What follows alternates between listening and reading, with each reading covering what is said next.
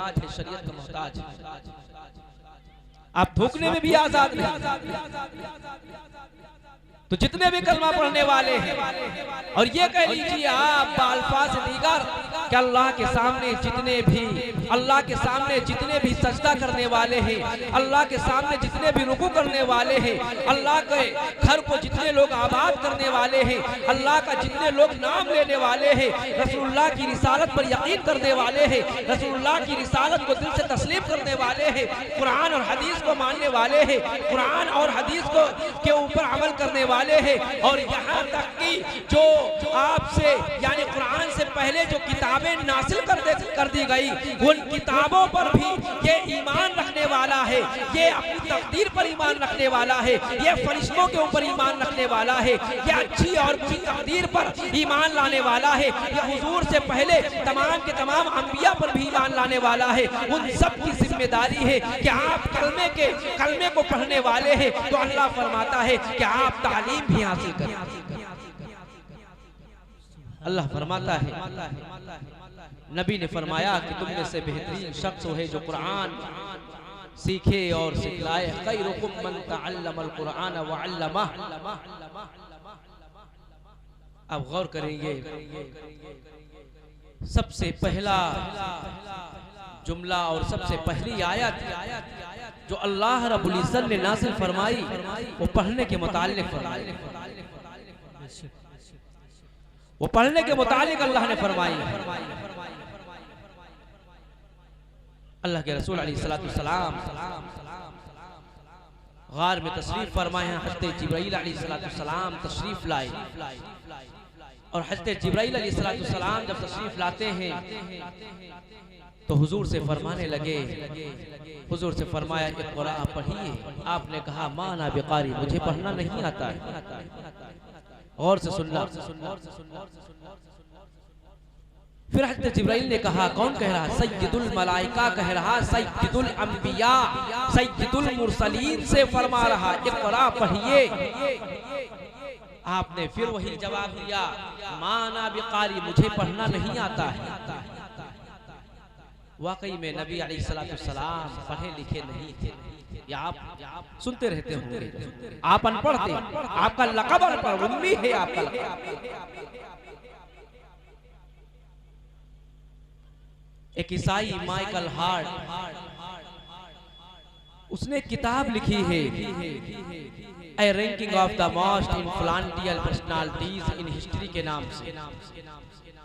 उसमें उसने सबसे पहली जो बात लिखी है, सबसे पहला जुमला, सबसे पहला वर्ड जो उसने नकल किया है, उसने ये बात लिखी है, my choice of Muhammad to lead the ranking of the most influential personalities in history will surprise some of the readers.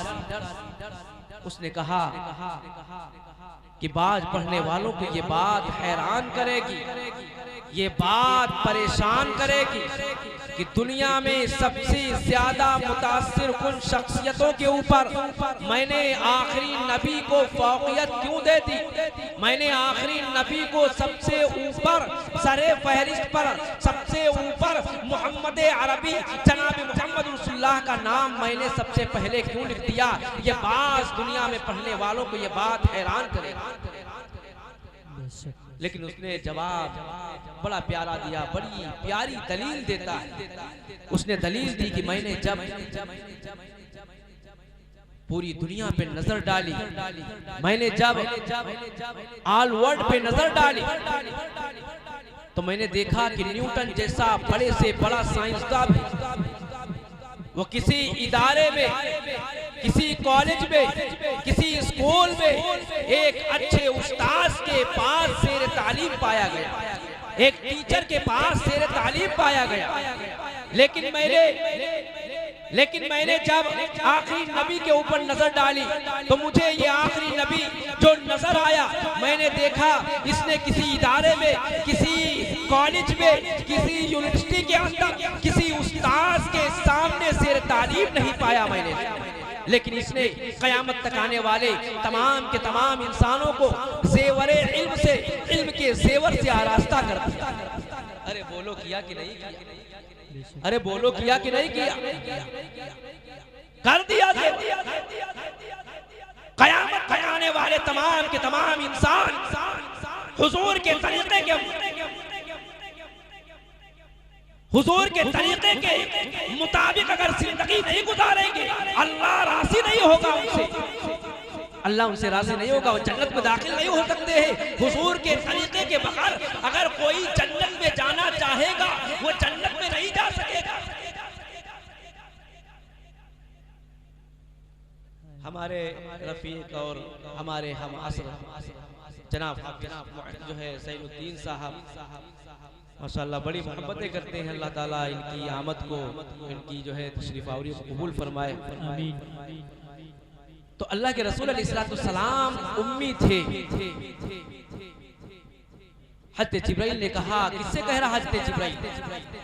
सैयदुल Malaika यानी तमाम फरिश्तों का सरदार किससे कह रहा? सैयदुल अंबिया वल मुरसलीन यानी तमाम नबियों के सरदार से हज़रत जिब्राइल कह रहे इक़रा, पढ़िए। यानी सबसे पहली जो बात, सबसे पहली जो आयत अल्लाह ने कुरान करीम में नाज़िल की, अल्लाह ने कुरान करीम में जो उतारी वो पढ़ने के मुताल्लिक़ उतारी। आपने कहा माना जो कारी मुझे पढ़ना नहीं आता, मुझे पढ़ना नहीं आता। आपने कहा मुझे पढ़ना नहीं आता। हज़रत जिब्राइल अलैहिस्सलाम ने आपको यानी हुजूर को अपने बाहों में दबाया और उसके बाद छोड़ दिया, दबाने के बाद छोड़ दिया। फिर कहा इक़रा इक़रा बिस्मि रब्बिकल लज़ी खलक़ खलक़ल इंसान मिन अलक़। यानी हज़रत जिब्राइल आगे आगे पढ़ते जा रहे और पीछे पीछे जनाब मोहम्मद रसूलुल्लाह काली कमली वाला पढ़ता जा रहा है। इक़रा बिस्मि रब्बिकल लज़ी खलक़ खलक़ल इंसान मिन अलक़। अपने रब के नाम से पढ़िए। हज़रत जिब्राइल पढ़ते जा रहे, हुजूर पीछे से पढ़ते जा रहे, जैसे दबा के छोड़ दिया। हुजूर को तकलीफ हुई, इससे हुजूर को दबाने से तकलीफ हुई। उलमा ने नुक्ता यहीं पर निकाल दिया कि इल्म बगैर मशक्कत के हासिल नहीं हो सकता। अगर आपके बच्चे को उस्ताद मार दे, उसके ऊपर तंबीह करते, सख्ती करते, आप फौरन मदरसा पहुंच जाते हैं, मकतब में पहुंच जाते हैं। उस्ताद साहब आपने हमारे बच्चे को कैसे मार दिया? याद रखना, जब आखिरी नबी को इल्म हासिल करने में तकलीफों से गुजरना पड़ गया तो हम और सुमा का क्या हाल हो सकता है? हमें और आपको भी तकलीफों से गुजरे बगैर आप कोई आलिम नहीं बन सकते, आप हाफिज कुरान नहीं बन सकते। एक हाफिज कुरान जब 10 साल मदरसे के अंदर चटाइयों के ऊपर बैठ करके, एक हाफिज कुरान टूटी चटाइयों के ऊपर बैठ करके, एक हाफिज कुरान उस्ताद के सामने मुर्गा बनता है, एक हाफिज कुरान कच्चा और पक्का मदरसे का खा करके तब जाके वो 10 साल के बाद वो हाफिज कुरान बनता है। 15 साल की जुस्तजू और 15 साल की मेहनत के बाद एक आलिम दीन तैयार होता है। अरे जरा गौर करो, जब एक छोटा सा बच्चा अपने माँ बाप को छोड़ करके मदरसे की तरफ जाता है, अपने घर की आराम और राहत को छोड़ करके मदरसे की तरफ जाता है, एक माँ बाप अपने जिगर के टुकड़े को, अपने जिगर के लाल को वो रवाना करते हैं। अरे माँ के दिल से पूछो कि मेरा बेटा ठंडक के मौसम में जा रहा है, यहाँ पर लिहाफ का इंतजाम है, यहाँ पर रजाई का इंतजाम है, यहाँ पर गर्म पानी का इंतजाम है, यहाँ पर जैसा मैं अच्छा अच्छा खा रही हूँ वैसा मेरा बच्चा खाता। मदरसे में हो सकता है इसको मिले या न मिले, गर्म पानी का इंतजाम हो या ना हो, अच्छे लिहाफ का इंतजाम हो या ना हो, जगह मिले या न मिले, कैसी जिंदगी गुजारेगा? एक माँ अपने जिगर के टुकड़े को कैसे जुदा करती है? बगैर मशक्कत के, बगैर तकलीफ के इल्म हासिल हो जाए। अल्लाह के रसूल अलैहिस्सलाम को तकलीफ हुई।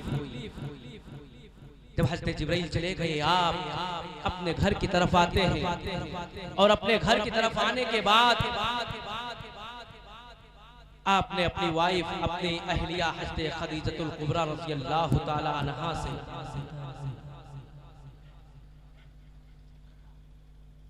क्योंकि एक पहली मर्तबा ये कही एक डर था आपके ऊपर और हज़रत जिब्राइल के दबाने से आपको एक तकलीफ थी। आप घर आते हैं, जल्दी जल्दी तशरीफ लाते हैं और अपनी अहलिया हज़रत खदीजा से कहते हैं सब मिलो रे, सब मिलो ने हाय खदीजा मुझे चादर उड़ा दो, खशीत वाला नफ्सी, मुझे अपनी जान का खौफ हो रहा, मुझे अपनी जान का खौफ हो रहा। कौन कह रहा? हुजूर कह रहे हैं जिनके सदक़े में अल्लाह ने इस कायनात को बनाया। अरे बोलो बनाया कि नहीं? हज़रत जाबिर ने पूछा था या रसूल अल्लाह, अल्लाह ने आपको किस वक्त पैदा किया था? हज़रत जाबिर से फरमाया था या जाबिरो इन्नल्लाह तआला क़द ख़लक़ क़ब्ल अल-अशियाई नूरा नबिय्यका मिन नूरिही वलम यकुन फ़ी ज़ालिकल वक़्त लौहुन वला क़लमुन वला जन्नतुन वला नारुन वला मलकुन वला सबाउन वला अर्ज़ुन वला शम्सुन वला क़मरुन वला जिन्नुन। आए जाबिर, उस वक्त अल्लाह ने मुझे पैदा किया था जिस वक्त ना तो जमीन थी, ना तो आसमान था, ना तो सितारे थे, ना तो अशार थे, ना तो नदी और नाले थे, ना तो पहाड़ थे, कुछ भी नहीं था। लौह महफूज भी नहीं था, फरिश्ते भी नहीं थे, यहाँ तक कि हज़रत जिब्राइल सय्यदुल मलाइका भी नहीं थे। रूह निकालने वाला इस्राईल अलैहिस्सलाम जैसा फरिश्ता भी नहीं मौजूद था, एक सल्ला भी नहीं मौजूद था। उस वक्त अल्लाह ने हुजूर को पैदा फरमा दिया था। अरे बोलो उनके सदक़े में इस कायनात को अल्लाह ने बनाया कि नहीं बनाया? अपने अहलिया से कह रहे हैं, मेरी बहनों जरा गौर करिए, उनकी अहलिया हम सब की अम्मी जान हज़रत खदीजतुल कुबरा रज़ियल्लाहु ताला अन्हा ने। हज़रत खदीजा कौन है? आज हम पर एतराज किया जाता है कि हमारे नबी ने 11 निकाह किए थे, लेकिन आपको पता होना चाहिए कि हमारे नबी की जो सबसे पहली शादी और सबसे पहला निकाह जो हुआ था वो हज़रत खदीजा से हुआ था। हज़रत खदीजा की उम्र 40 साल थी और हमारे नबी की उम्र 25 साल थी। अरे बोलो थी कि नहीं थी? 25 साल थी। ये कौन थी हज़रत खदीजा? मैं आपको बताता हूं कि हज़रत खदीजा कौन थी। सबसे पहले ईमान लाने वाली वो हज़रत खदीजा है। सबसे पहले सिद्दीक़ा का लक़ब जिनको मिला वो हज़रत खदीजा है। सबसे पहले अल्लाह का सलाम जिन पर उतरा वो हज़रत खदीजा है। सबसे पहले जन्नत की बशारत जिनको मिली वो हज़रत खदीजा है। सबसे पहले हुजूर को तसल्ली देने वाली वो हज़रत खदीजा है। सबसे पहले हुजूर के पीछे नमाज पढ़ने वाली वो हज़रत खदीजा है। सबसे पहले हुजूर का निकाह जिनसे हुआ वो हज़रत खदीजा है। सबसे पहले जो इंतकाल और वफात पाने वाली है अज़वाज मुतहरात में वो हज़रत खदीजा है। सबसे पहले हुजूर ने अपने दस्ते मुबारक से कब्र में जिनको उतारा वो हज़रत खदीजा है। हम सोचते हैं कि औरत का कोई मकाम ही नहीं। हम सोचते हैं कि औरत तो घर की एक बांदी नौकरानी है। हमने निकाह इसलिए किया कि घर में अब काम करने के लिए हमने किया। काम करेगी औरत के मकाम को हमने जाना ही नहीं कि औरत का मकाम क्या है। तो हज़रत खदीजा ने कहा या रसूल अल्लाह, है मेरे महबूब, आप टेंशन न लीजिए, आप परेशान न होइए, अल्लाह आपको हलाक नहीं करेगा। क्यों? इसलिए कि आप देखो कितनी अच्छी बात, मेरी बहनों गौर करिए, कितनी अच्छी बात उन्होंने पेश की। जो दलील के तौर पर उन्होंने जो बात रखी, कितनी जबरदस्त बात थी। कहा अल्लाह आपको हलाक नहीं करेगा। क्योंकि आप गरीबों की मदद करने वाले हैं, आप यतीमों की मदद करने वाले हैं, आप तो बेसहारों का सहारा बनते हैं, आप तो भूखों को खाना खिलाते हैं, आप तो भूखों को खाना खिलाते हैं। आज हम गरीबों से भाग रहे हैं, हम गरीबों से भाग रहे। एक अपने आप को मालदार समझने वाला, एक अपने आप को जागीरदार और दौलतमंद समझने वाला, वो गरीब को अपने करीब में बिठाने की कोशिश नहीं करता। लेकिन अल्लाह ने 24 घंटे में हर मर्तबा 5 वक्त के लिए कि आपको तालीम दे दी कि याद रखना, कोई अमीर कोई गरीब नहीं है, कोई बड़ा कोई छोटा नहीं है, कोई बादशाह कोई गुलाम नहीं है, सारे के सारे बंदे अल्लाह के नजदीक बराबर होते हैं। अल्लाह के नजदीक मकाम तो उनका होता है जो तकवा अख्तियार करने वाले होते हैं। अरे बोलो होते कि नहीं होते? इन्ना अक्रमकुम इंदल्लाहि अतकाकुम। कोई अल्लाह की बंदी अल्लाह के नजदीक बड़ी नहीं है, कोई अल्लाह की बंदी अल्लाह के नजदीक छोटी नहीं है। अगर आप छोटी और बड़ी हो सकती है तो अपने अमाल की वजह से हो सकती है। आप पंज वक्त नमाजी हैं, आप कुरान की तिलावत करने वाली हैं, आप शोहर की इताअत करने वाली हैं, आप बच्चों की अच्छी तरबियत करने वाली हैं और पर्दे के साथ जिंदगी गुजारने वाली है। तो याद रखना, आप सबसे ज्यादा अल्लाह के नजदीक, आप सबसे ज्यादा अल्लाह के नजदीक एक मकबूल बंदी है, वरना आपका कोई मकाम नहीं, किसी का कोई मकाम अल्लाह के वहां। तो मैं अर्ज यह कर रहा था कि हज़रत खदीजा ने कहा, ऐ मेरे महबूब, अल्लाह आपको हलाक नहीं करेगा। क्यों? क्योंकि आप गरीबों की मदद करने वाले, यतीमों की मदद करने वाले हैं, बेसहारों का सहारा बनने वाले हैं। हुजूर फरमाते हैं, काली कमली वाला फरमा रहा, जवाब सुनिए आप, हुजूर के अल्फाज सुनिए। हुजूर ने फरमाया कि हज़रत खदीजा के ये तसल्ली भरे अल्फाज से मुझे तसल्ली मिल जाती है।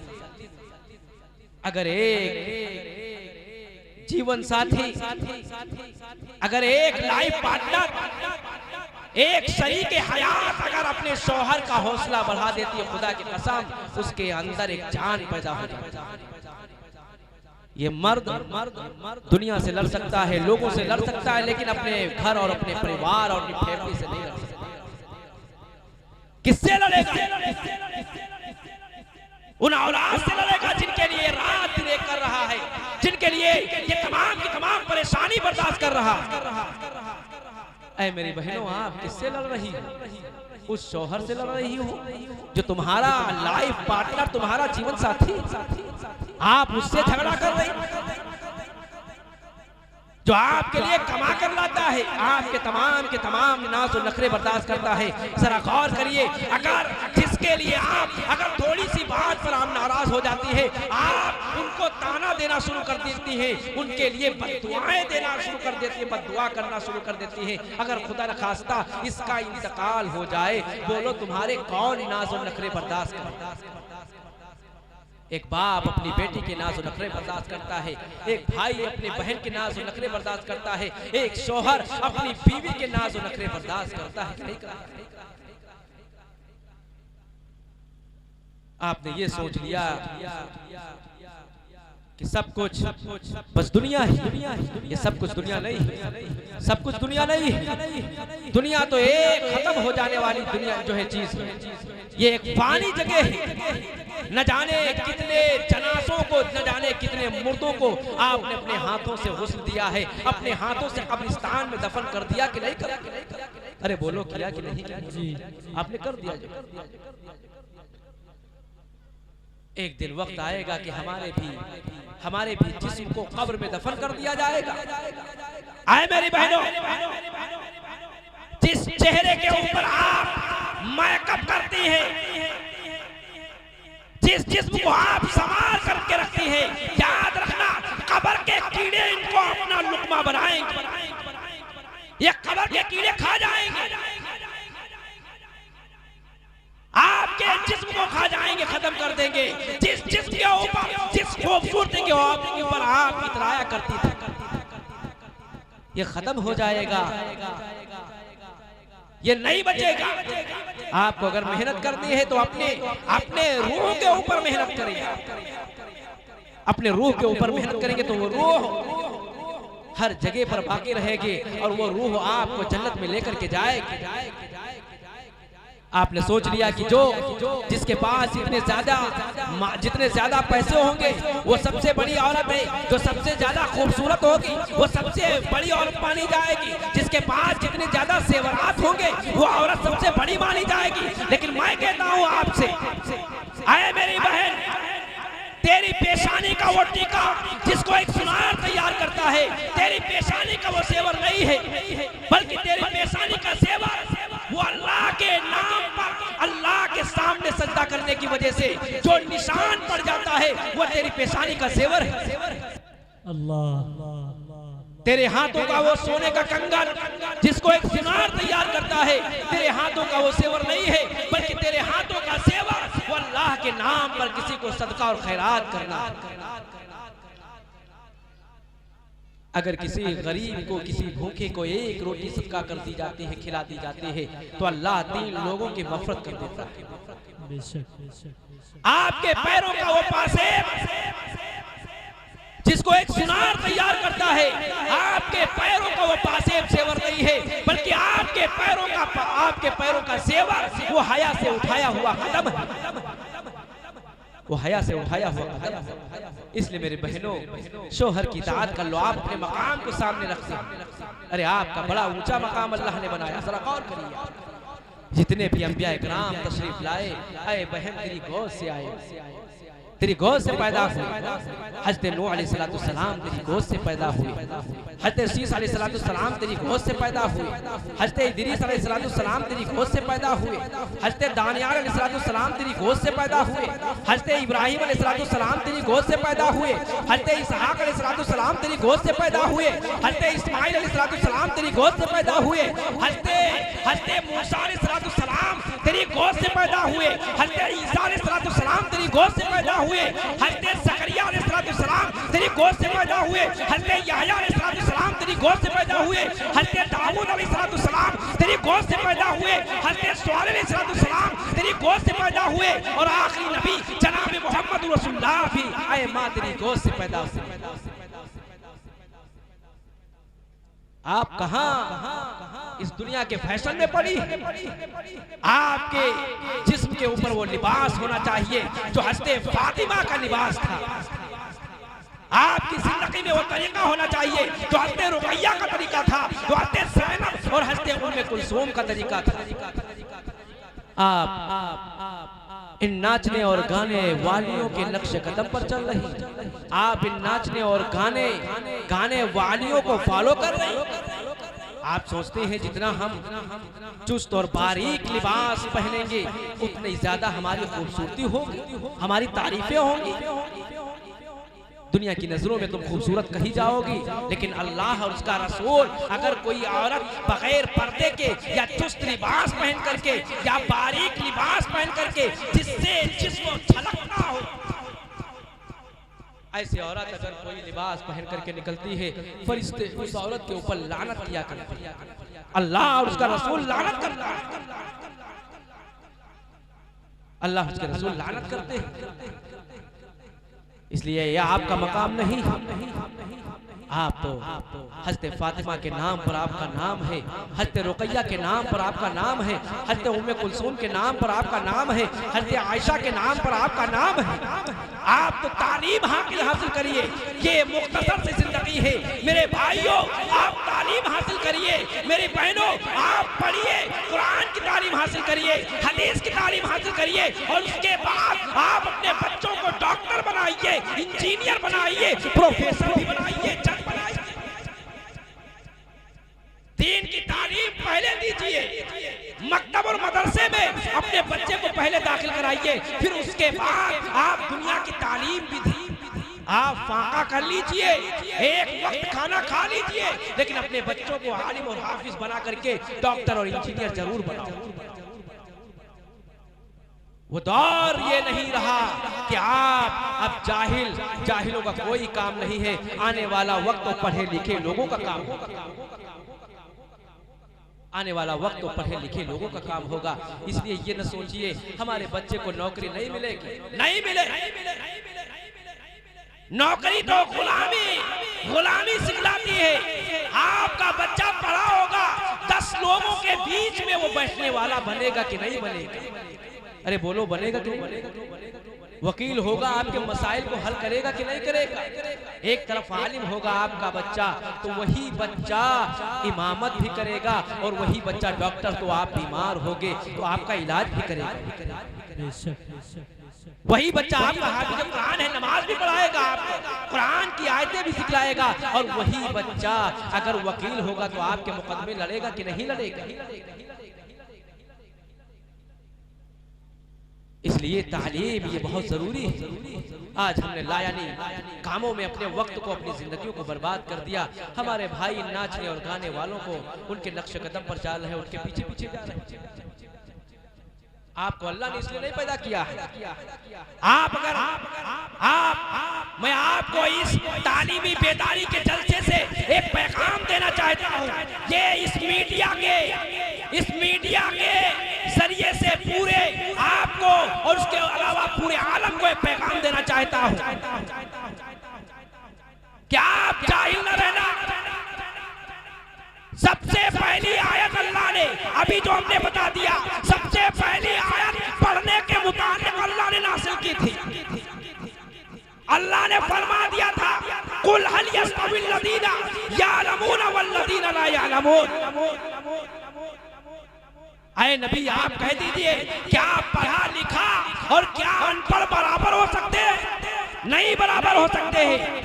पढ़ा लिखा इंसान होगा, वो इमामत करेगा, उसके पीछे अगरचे बादशाह भी खड़ा हो जाएगा, वो बादशाह भी उस इमाम के हरकत सकनात का मोहताज होगा कि नहीं होगा? बादशाह सोचे कि मैं इमाम साहब से पहले रुकू में चला जाऊं, उसकी नमाज फासिद हो जाएगी। उलमा इकराम बैठे, मसला मालूम कर लेना। बादशाह सोचे, सेठ की सोचे, मैं इमाम से पहले सलाम फेर लूंगा, नमाज से चला गया, नमाज से निकल गया, फासिद हो गई, उसकी नमाज खराब हो गई। दोबारा उसको पढ़ना पड़ेगा, दोबारा अदा करे नमाज। आप अपना पढ़ने में वक्त गुजारिए, मोबाइल में नहीं। मोबाइल में वक्त, अपना कीमती वक्त बर्बाद न करो। ये जिंदगी मुसलमानों की और हर एक इंसान की बड़ी कीमती जिंदगी है। आप इन नाचने और गाने वालों को, आप उनको फॉलो कर रहे, उनके नक्श कदम पर चल रहे। हमारी बहन जो कभी मुंबई नहीं गई है, कभी फिल्मी दुनिया नहीं गई, लेकिन उसके जिस्म के ऊपर इन नाचने और गाने वालियों का लिबास कैसे आ गया? अरे बोलो कैसे आया? इन मोबाइलों के जरिए से 20,000 का लिबास अपनी बहन और बेटी को, अपनी बीवी को पहना देना, लेकिन मोबाइल बड़ा वाला न लेके देना। एक बहन, एक आपकी बेटी जिसका निकाह भी नहीं हुआ, क्या जरूरत है, क्या ऐसी जरूरत है कि वो मोबाइल रखे? उसको बात करनी है, जो आपके रिश्तेदार है वही तो उसके रिश्तेदार है, उसको बात करनी। आप अपना मोबाइल दीजिए कि इस्तेमाल करें। ये मोबाइल इस वक्त का सबसे बड़ा फितना है, इस वक्त का सबसे बड़ा फितना ये मोबाइल है। मोबाइल ही के जरिए से आज हमारी बहनें सीरियल देखती है, वैसा ही लिबास जो सीरियल में पहना जाता है। अरे बोलो, वैसा ही लिबास पहनने की कोशिश करती कि नहीं करती? जी। इतने लिबास वो आपको नाम बता देंगे कि आपको भी नहीं मालूम कि कितने नाम इनको मालूम, कितने नाम इनको मालूम। और हमारे भाई, कोई हनी सिंह बना घूम रहा, कोई अपने हेयर स्टाइल, अपने बालों की कटिंग बिल्कुल जैसे ये कह लीजिए छपरा पड़ा है। इधर साइड से दोनों तरफ से बिल्कुल साफ है और ऊपर छपरा चढ़ा हुआ, पेंट पहने हुए हैं, वो भी मालूम हुआ उसकी, अब कहने वाला नहीं, सतर उसका खुला हुआ। नमाज पढ़ने के लिए आया, सतर खुला है उसका, यानी आधी कमर से पेंट बांधे हुए। पीछे वाला कितना कष्ट बसर करेगा? बोलिए, कितना अपनी नजरों को नीचा करेगा? खुद की भी नमाज, सतर खुल गया तो बताओ नमाज फासिद हो गई कि नहीं फासिद हो गई? अब पीछे वाले की भी नमाज खराब हो जाएगी, बार बार उसके सतर पे नजर पड़ रही। वो तो समझ रहा कि हमने नमाज अदा कर ली बस, लेकिन उसको नहीं मालूम कि हमारी नमाज हमारे सतर के खुलने की वजह से हुई रही। पेंट उसकी फटी हुई है, गांठियों के ऊपर से उसकी पेंट फटी हुई है। वो सलमान खान बनना चाह रहा है, वो एक नाचने और गाने वाला बनना चाह रहा और उनको अपना हीरो कह रहा, ये सुपरस्टार है। नहीं मेरे भाइयों, इस उम्मत के नौजवानों याद रखना, और कुशमोहरा के नौजवान भाइयों याद रखना, ये नाचने और गाने वाले आपके हीरो नहीं हो सकते हैं, ये सुपरस्टार नहीं हो सकते हैं, ये तो नचनिया और गवैया है।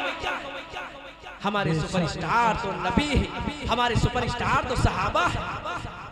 अरे बोलो है कि नहीं? स्टार के माने, स्टार के माना आते हैं सितारे की।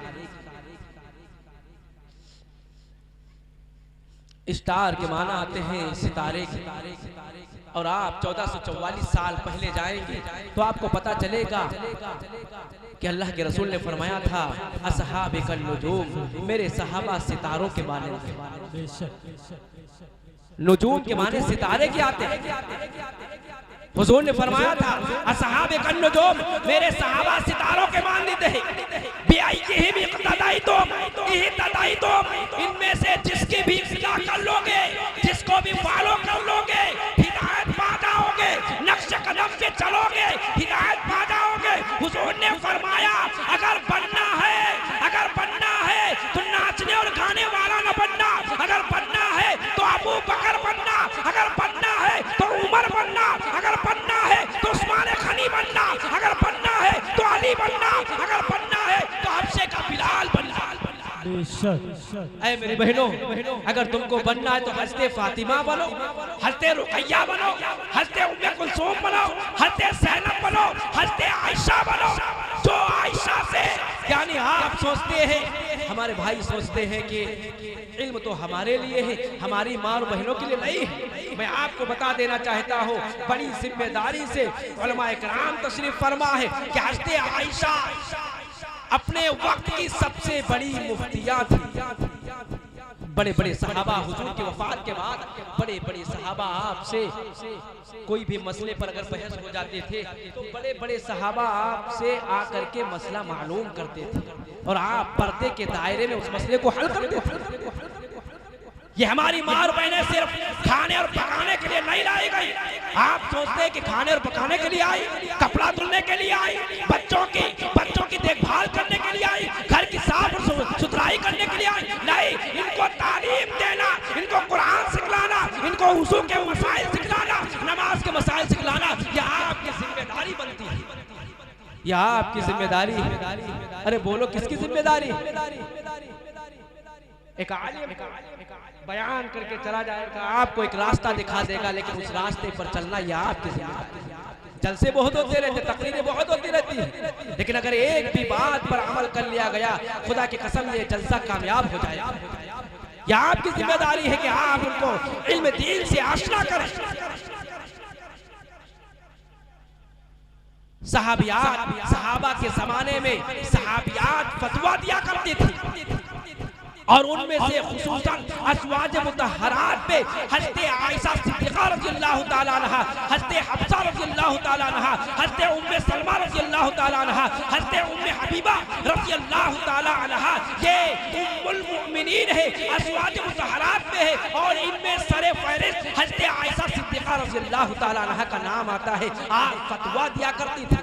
हज़रत अब्दुल्लाह इब्ने अब्बास और हज़रत अब्दुल्लाह इब्ने मसऊद जैसे जलीलुल क़द्र सहाबा आपसे तालीम हासिल किया करते थे।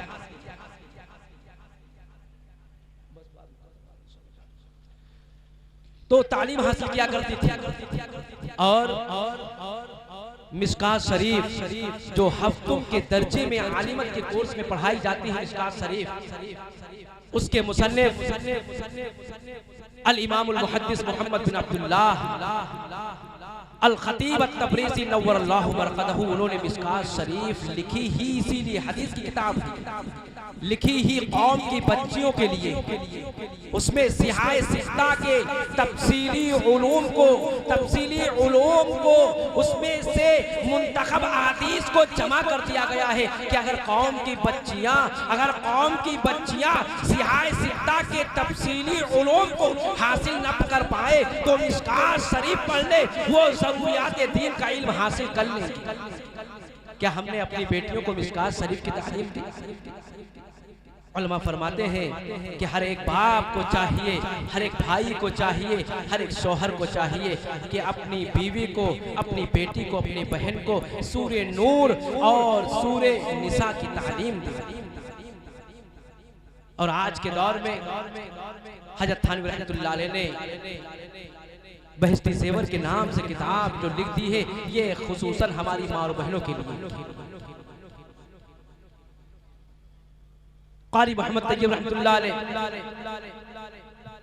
हुज्जतुल इस्लाम हज़रत मौलाना मोहम्मद कासिम अन्नानोती नव्वरल्लाहु बरकतहू के पोते जो दारुल देवबंद के 60 साल मुहतमिम रहे, कारी मोहम्मद तैयब रहमतुल्लाह अलैह फरमाते हैं, मैंने मिशकात शरीफ अपनी दादी मोहतरमा से सबकन घर में हासिल। आज हमारी माँ और बहनें कहाँ, उनको अगर आप वुज़ू के फराइज़ पूछने के नहीं मालूम। क्यों? इसलिए कि ये हमारी गफलत है, हमने नहीं चाहा, हमने उनके लिए तालीम का इंतजाम नहीं किया कि हमारी बहनें सीख सकें, हमारी बहनें सीख सके। आपने घर के मसाइल मालूम किए, आपने खाने के बारे में पूछा, आपने हर चीज के बारे में उससे सवाल किया, लेकिन आपने क्या ये पूछा, आज बताओ सुबह से शाम हो गई, रात हो गई, तुमने क्या 5 वक्त की नमाज पढ़ी कि नहीं पढ़ी? ऐ मेरी बहन जरा बता, क्या तुझे वुज़ू के फराइज़ मालूम है कि नहीं मालूम? ऐ मेरे बेटे, तुझे नमाज का तरीका मालूम है कि नहीं मालूम? मुझे बताओ, मुझे बताओ। इसलिए मेरे भाइयों, तालीम ना होने की वजह से आज हुकूकुल इबाद हमारे सामने नहीं पूरे खरे नहीं उतर रहे। बीवी को शोहर का मकाम नहीं मालूम, शोहर को बीवी का मकाम नहीं मालूम, और वालिदैन को औलाद का मकाम नहीं मालूम, और औलाद को वालिदैन के हुकूक नहीं मालूम। हर एक दूसरे के हुकूक को फरामोश कर रहे, ये सिर्फ और सिर्फ तालीम ना होने की वजह से। अगर मालूम हो जाए कि शोहर का क्या मकाम है, शोहर का क्या मकाम है, तो एक वाक़या लिखा हुआ है। तो थोड़ी सी और बात अर्ज़ करनी, उसके बाद बात ख़त्म कर दूंगा। अभी शोरा इकराम भी हैं, ठंडी का जो है, ठंडी का मौसम चल रहा था, सख्त सर्दी का मौसम है, और शोहर को प्यास लगी, अपनी बीवी को जगाया, कहा है मेरी प्यारी बीवी, मुझे पानी प्यास लगी, ऐसा करिए जरा पानी ला। आज के वक्त में तो नल है, टंकियां घरों के अंदर लगी हुई हैं, वहीं पर पानी निकाला, फौरन दे दिया। लेकिन पहले ज़माने में सहाबा का दौर का वाक़या बता, पहले ज़माने में तो बाहर जाना पड़ता था, बाहर गई, कोई ऐसा लिबास भी उनके पास नहीं था कि जिससे वो अपने जिस्म को यानी ठंडक से बचने के लिए आ जाए। सबके पास कोट और जो है जैकेट, हम न जाने कितने गर्म लिबास, गर्म अशिया मौजूद है। बाहर गई पानी लेने के लिए, और जब तक कि आई देखा कि उनका शौहर सो चुका है। अब सोचा कि अल्लाह मैं क्या करूं, शौहर मेरा सो गया, अगर मैं जगा रही हूं तो शौहर को तकलीफ होगी, और अगर मैं पानी लेकर के जा रही हूं, रख दे के सो जाती हूं, तो अगर शौहर उठेगा तब भी उसको तकलीफ होगी।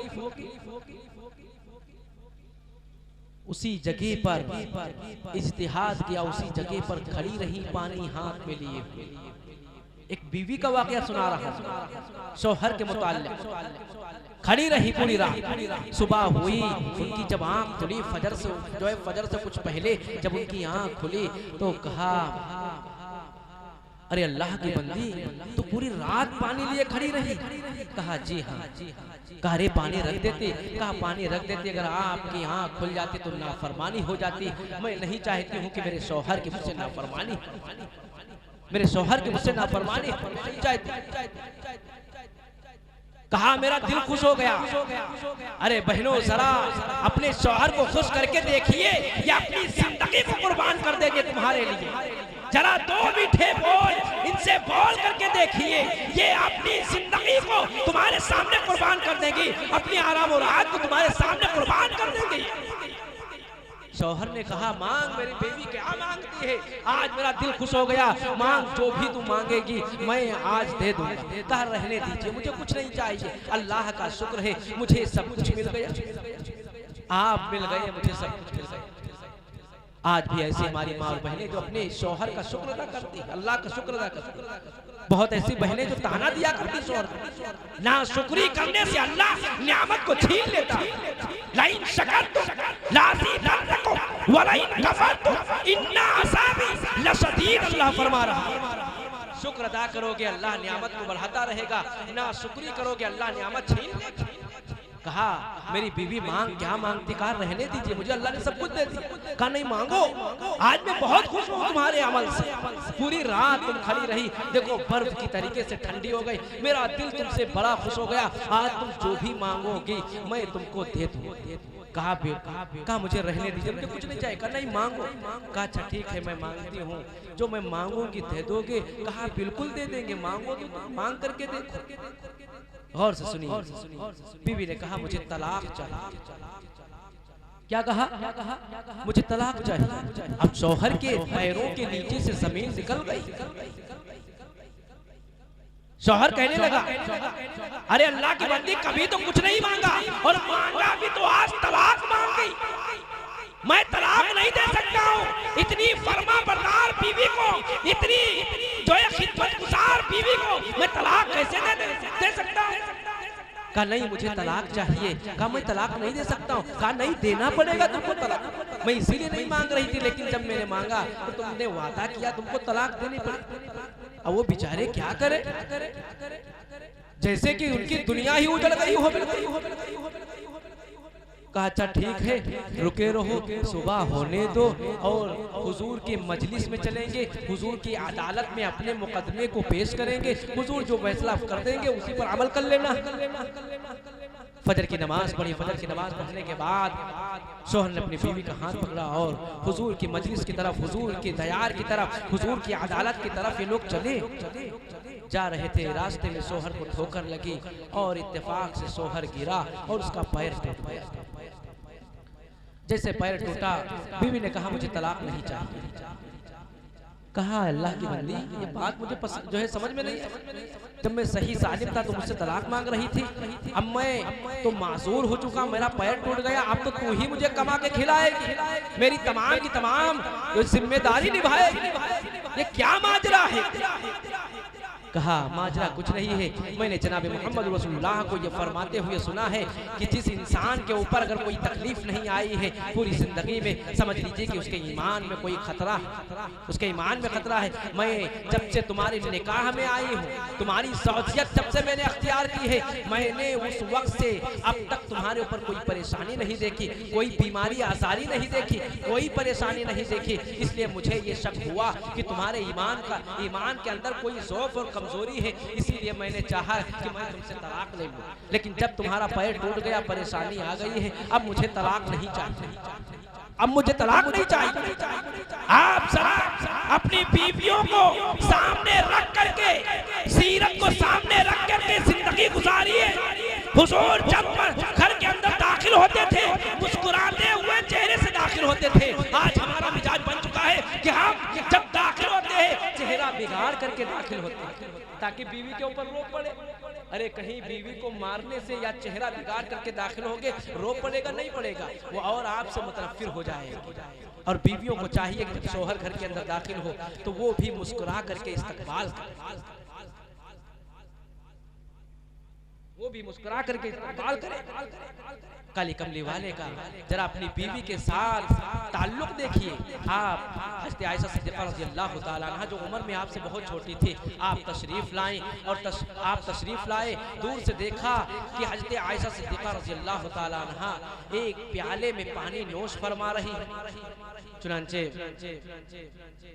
आपने दूर ही से कहा ऐ हुमेरा, थोड़ा सा पानी मेरे लिए भी बचा देना। मोहब्बत से हुमेरा कहा करते थे। हज़रत आयशा नाम था लेकिन मोहब्बत में हुमेरा कहा करते थे। जैसे आप भी अपनी बीवियों को मोहब्बत में कुछ भी पुकार सकते हो, तो ऐ हुमेरा थोड़ा पानी मेरे लिए भी बचा देना। फिर हुजूर करीब तशरीफ ले गए और हज़रत आयशा रज़ियल्लाहु ताला अन्हा से प्याला मांगा, ऐ हुमेरा प्याला दीजिए, और पीना चाहा। अचानक आप रुक गए। कहा ऐ हुमेरा ये बताओ तुमने इस प्याले में कहाँ पर लब लगा करके पानी पिया? फौरन हज़रत आयशा ने उस प्याले जहाँ पर अपने लब मुबारक लगाए थे उसकी निशानदही थी, हुजूर ने फौरन घुमा करके उस प्याले को वहीं से पानी पिया जहाँ पर अम्मी जान हज़रत आयशा सिद्दीक़ा रज़ियल्लाहु ताला अन्हा ने पानी पिया था। हुजूर ने क़यामत तक आने वाले तमाम उम्मतियों के लिए एक मिसाल पेश कर दी कि आप अपनी बीवी के साथ इस तरीके से बर्ताव करें, आप अपनी बीवी के साथ इस तरीके से बर्ताव करें। इसलिए मेरे अजीजों, मेरे दोस्तों, मेरे बुजुर्गों, बातें बहुत हैं। अल्लाह ताला हम सबको इन बातों पर अमल करने की तौफीक अता फरमाए। तो मैंने शुरू में एक बात अर्ज की थी कि आप पढ़िए, तालीम हासिल करिए, उलमा इकराम के करीब आइए, हुफ़ाज़ इकराम के करीब आइए। हमारे जो है हाफिज मोहम्मद आसिफ साहब के करीब आइए, हज मौलाना सादिक अली साहब के करीब आइए, और जो भी आपके हाफिज मेहताब साहब, हाफिज अब्दुल सत्तार साहब, और भी आपके जो इलाके के उलमा और हुफ़ाज़ हैं उनके करीब आकर के उनसे कुरान सीखिए, मसले मसाइल सीखिए। ये उलमा हैं, ये हुफ़ाज़ हैं, इनकी आप कद्र कर लीजिए। जब ये भी नहीं रहेंगे तो किसकी आप कद्र करोगे? अगर आप किसी आलिम और हाफिज को ये सोचते हो कि वो फरिश्ता जैसा हो, उसके अंदर कोई कमी ना हो, आप अगर किसी आलिम को, आप अपने इमाम को अगर हुजूर जैसा चाहते हो तो आप भी मुक्तदी सहाबा जैसे बन के दिखाइए, आप भी मुक्तदी सहाबा जैसे। इसलिए शुरू से अब तक मैंने एक बात अर्ज की है कि पढ़िए, तो उसके बाद आपको जब पढ़ोगे तो पता चलेगा वालिदैन के हुकूक क्या है, बीवी का हक़ क्या है, शौहर का हक़ क्या है, बच्चों का हक़ क्या है। अल्लाह ताला इन बातों पर हम सबको अमल करने की तौफ़ीक़ अता फरमाए। फिर मैं आप हज़रात का शुक्रगुज़ार हूँ कि आप हज़रात ने इस जलसे का इनेकाद किया। अल्लाह ताला आप हज़रात के बैठने को कबूल फरमाए, आपके जुड़ने को कबूल फरमाए, आपकी आमद को कबूल फरमाए, हमारी माँ और बहनों की कुर्बानियों को कबूल फरमाए। व आखिर दावाना अनिल हम्दुलिल्लाहि रब्बिल आलमीन।